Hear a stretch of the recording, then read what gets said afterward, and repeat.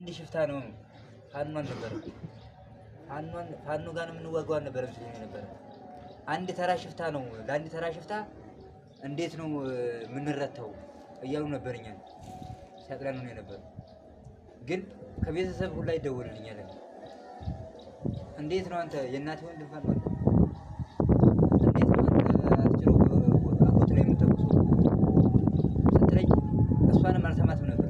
ምክንያቱም እኔ ከሚነገረኝ ነገር ግንዛቤ ወስጄ እዚህ የምባለው ምንድነው አንድ ተራ ሽፍታ ጋር ነው የምትዋጋው እንጂ ፋኖ ጋር አይደለም፣ ወይንም ህዝብ ጋር አይደለም፣ ሌላ ነገር የለውም ነበር የምባለው። ግን አሁን ስረዳው የምር ፋኖ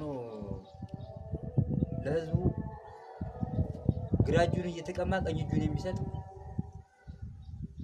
አንሸራታች ቢኖርም አንዳላጩን ጭቃውን አምጦ ህዝቡን ነፃ እንደሚያወጣ ምናለኝ። እሺ የተማረከበት ቦታ የት ነበር እና ቀኑን እንኳን ላላስታውስ እችላለሁ። ከዛሬ 4 ቀን በፊት ከዛሬ 4 ቀን በፊት እዚህ በ29 ማለት ነው ሐምሌ 28 ቀን 2015 ዓመተ ምህረት። እሺ የተማረኩበት ቦታ